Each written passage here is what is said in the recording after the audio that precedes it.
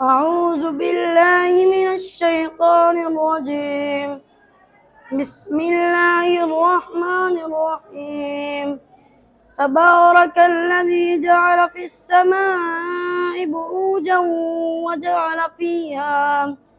وجعل فيها سراجا وقمرا منيرا وهو الذي جعل الليل والنهار خلفة لمن أراد أن يذكر أو أراد شكورا.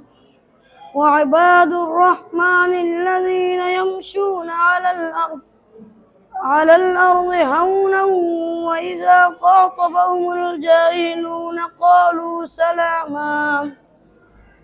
والذين يقولون